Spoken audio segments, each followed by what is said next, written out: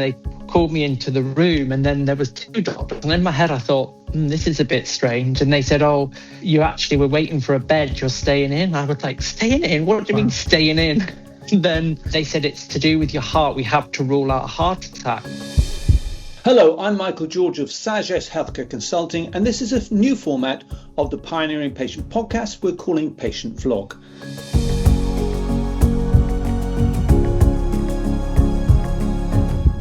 We're following patients as they go through the treatment process, and our guest today is a 47-year-old ultra-running legend.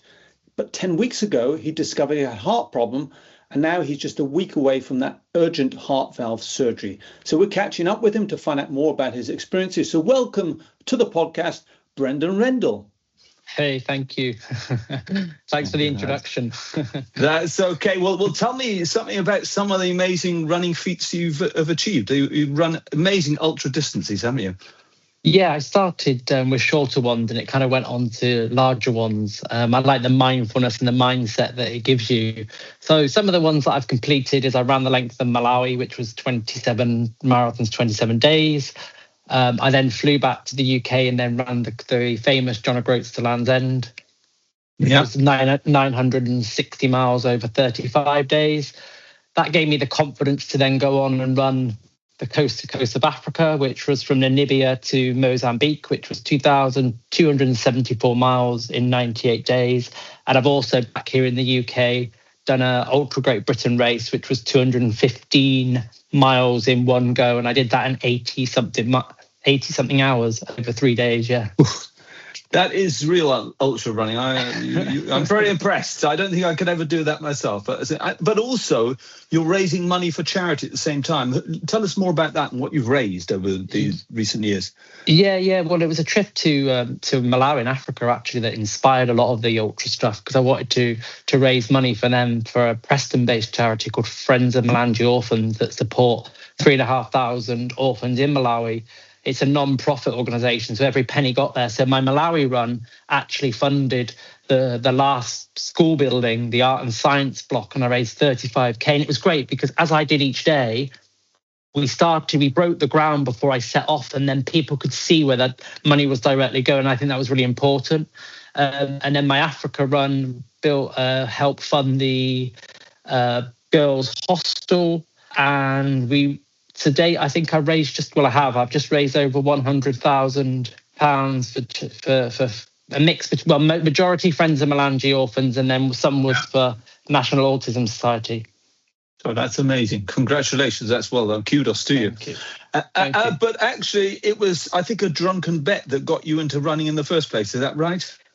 Yeah, I think all of these things, I know you just kind of said, I couldn't do this ultra stuff, but I think my story represents that we can all do more than what we believe, because I was not a runner before. So my life was a bit of a cycle of self-destructive behaviour. I did love the dance scene, the club scene in Manchester. And then we basically were out one night and we all agreed, a group of us, to do a half marathon. I followed running. I used to watch the Olympics and stuff. I loved it. But myself, I wasn't ever a sporty person. So I started really in the dark. So, you're always conscious, aren't you, when you start off these new things? And then I built it up. And I think I really loved the discipline and structure that running gave me. And then I did my first half marathon, which was in Wilmslow, and I actually did it in 1 hour 24. That was kind of an insight into that. Good. There was obviously a gene or something in me that I could go on and get into running. Yeah. Yeah, 1 hour 24. That's very good. That's very good indeed. But so another time when we do a live broadcast for you, we'll go more into your running feats. But here we want to talk about what happened 10 weeks ago. Bit of a shock, wasn't it? You suddenly found you had to admit yourself to hospital. Tell me more about that day. It is a shock. I mean, I laugh about it, and I laughed about it on the day. So since the last year and a half, I've been trying to build up my speed again because I'm desperate to do some shorter races again after obviously all the ultra running, because obviously that's a lot slower. So I ran my fastest half marathon in February in Media City in Manchester. And I was feeling really strong, really good. And then the 4th of March, it was a Wednesday. That date I'm never going to forget. I was just doing a 4-mile run along the canal and back along the river to where I live. And I was crossing over this bridge and a pain went in my chest. It wasn't like really, really terribly bad, but it was enough. I thought it was a burp to begin with, that I was trying to get it up. Yeah. So I was short of breath, but not in a distressed state. And then I looked at my watch, and I saw my heart rate had gone to 185. But at that time, because obviously I didn't know what was to come, I thought, oh, is it my watch has just got a little bit of a fault? So I kind of just didn't look at my watch, slowed down, but then was really confused why I couldn't control my breathing, because my endurance base is quite good. And then I noticed that my heart rate was still high, and I thought, no, this is something really unusual here. I got home, I broke into a sweat, and then my heart rate didn't drop. So I basically phoned my partner, and they said, oh, call 111, whatever the number is, and we'll go to the doctors. Anyway, and then I called them, and they said, you need to go straight to A&E. Yeah. So I went straight to A&E. So you went straight to A&E, and you didn't come out for 8 days, I think. Is that right? It was quite a stressful time. Well, I grabbed a hoodie and I just closed the door because I had to call. They said I couldn't drive up. So I got to the hospital at 9:15 in the morning. And obviously there's lots of really, everyone knows, the hospitals are full, lots of sick people. I was chatting to people, trying to support people waiting to be picked up. And basically by about 4:15, I'd had blood tests. I had a cannula put in my arm. And I kind of just pulled one of the doctors aside, and I was just conscious that I was wasting people's time and they really need to concentrate on everyone else. And they said, oh, we'll speak to you shortly. And they called me into the room, and then there was 2 doctors. And in my head, I thought, this is a bit strange. And they said, oh, you actually were waiting for a bed. You're staying in. I was like, staying in? What do you mean staying in? And then they said, it's to do with your heart. We have to rule out a heart attack. That's what they first said. Yeah. And obviously it was really shocking because they'd gone through the whole, I don't drink, I don't smoke. My parents are in their 70s. They're in, they're very healthy, not on medication. Mm-hmm. There's no family history. So it was a bit of a puzzle. And I was thinking, oh my gosh. So I think I was just a bit lost for words for a bit. Yeah. Yeah. So what, after the 8 days, they ruled out heart attack, but what did they tell you? What sort of test did they do, and what did they tell you the diagnosis was and prognosis? So obviously I had all the angiogram, the echogram, and obviously my life changed in 24 hours because they'd gone from, you're going to have surgery and all of this. And weeks ago, my conversation would be, where am I going on holiday at half term? But now my world was like, to the other patient, oh, I've had a stroke, oh, I've had this. I was thinking, oh, gosh.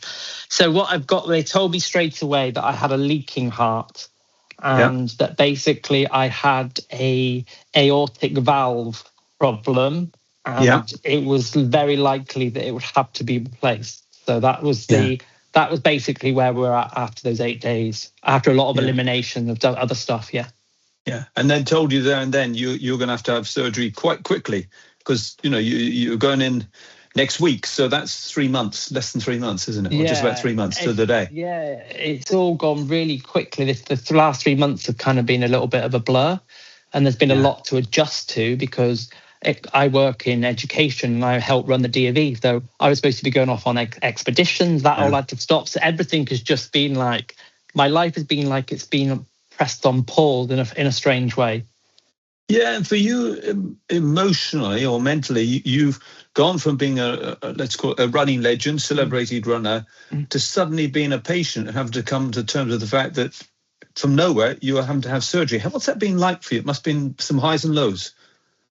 Yeah, I mean, when I was in the hospital, I don't know whether it's because it was such a shock, but I remember when I was transferred from the A&E ward to the heart ward, and it was the middle of the night, and it was very far, but I had to go on a stretcher, and they wouldn't let me walk, and I was just laughing with the nurse saying, but I run all these miles, well, I can't walk up a corridor.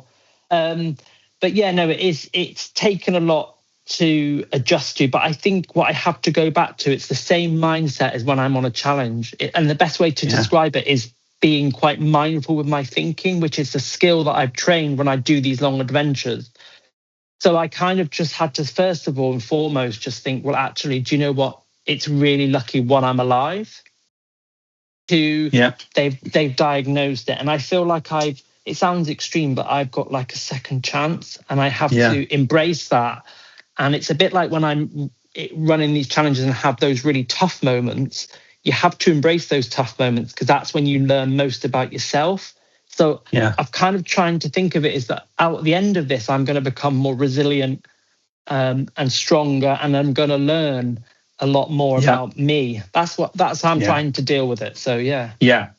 So the way you're looking at it is also something about patients preparing for an operation. And there's almost three types that I meet. Some say, I don't want to know anything about it, I'll just go through it. Some don't bother to prepare because they don't have time and might get a shock. And others prepare meticulously. Where would you say you are on the scale, and what sort of preparation have you done? I think the advantage with mine, I suppose, compared to a lot of people, is that mine's happen very fast. Yeah. So in some ways that's a negative, because if people break the news to you over time, you can process it. But now I'm thinking it's been an advantage, because I've not had time to really. I'm just like, this is what's happening. This is happening. You're opt here.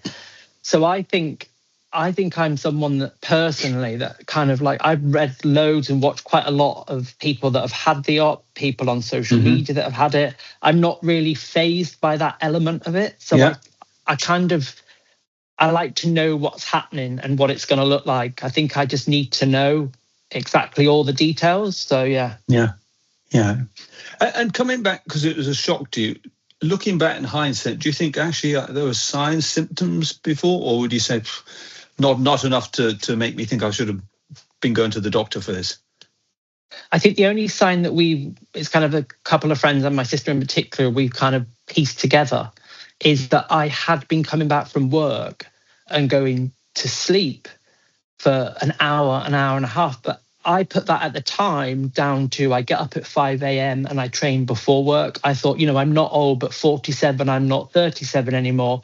And I thought it was just elements of that. I didn't realize, but now I look back, I realized that that sleeping wasn't just, oh, I'm tired. It was definitely a pattern of fatigue. And when I look back in some of my morning runs, I was back to running sort of some 7 sessions, 7.5 minute miles, where other days I'd run 3 miles at 10-minute miles, but thinking this isn't I'm not feeling quite right, but how could I run 7-minute miles a few days ago, but today I'm struggling at 10, which I know running it changes, but it was a different, I was thinking I know myself well enough to know a groove to get into each pace. And there was something on some of those runs where I was thinking, gosh, I do feel tired.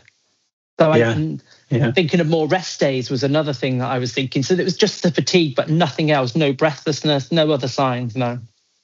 Yeah. So, and now you've had certain things to consider about your procedure, your surgery, decisions to make. What have your considerations been? Because you're 47 and that determines what sort of valve you want. But so what sort of considerations have you been taking, and what decisions are you making or will you make, do you think? Yeah.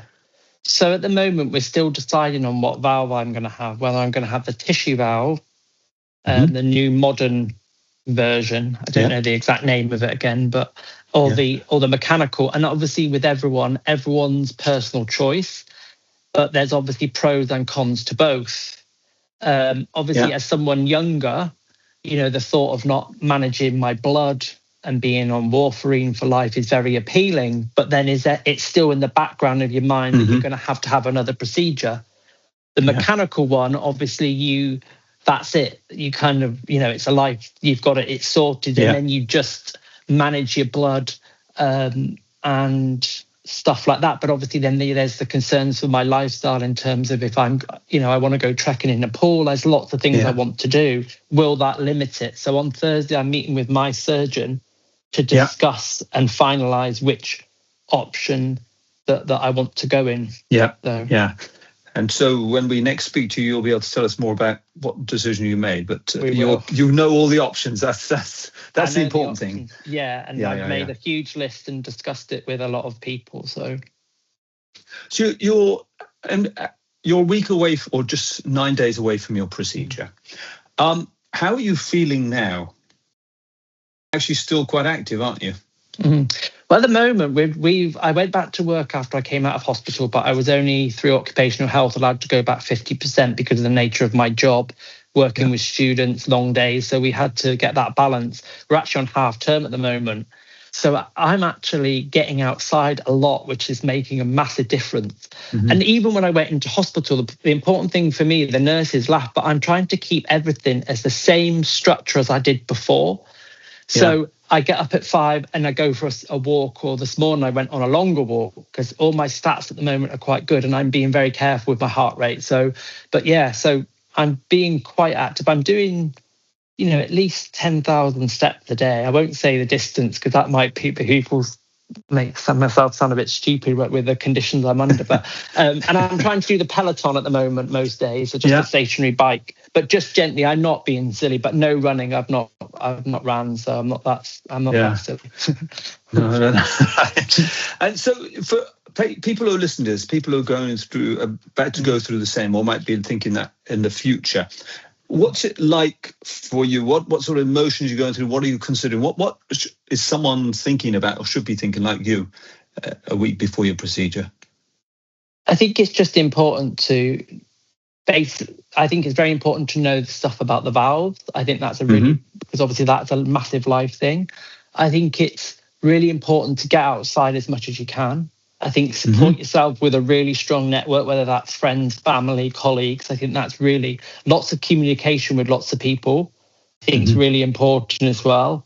But for me, I'm just constantly thinking it's like of the moment, trying to not think too far ahead and just enjoy each day. And I think that's a really important thing for me. And I hope that would be important for others, because if I start thinking about the op, which is still a week away, then I'm going to start getting, a little bit anxious. But if I can just enjoy today, the sun's out, I've been out for a lovely walk, I'm going to go for some nice food later, and just try. I know it's hard and everyone has different emotional levels, but I think it's just really important to just try and live in that moment, surround yourself. And that's the best way I'm preparing for it.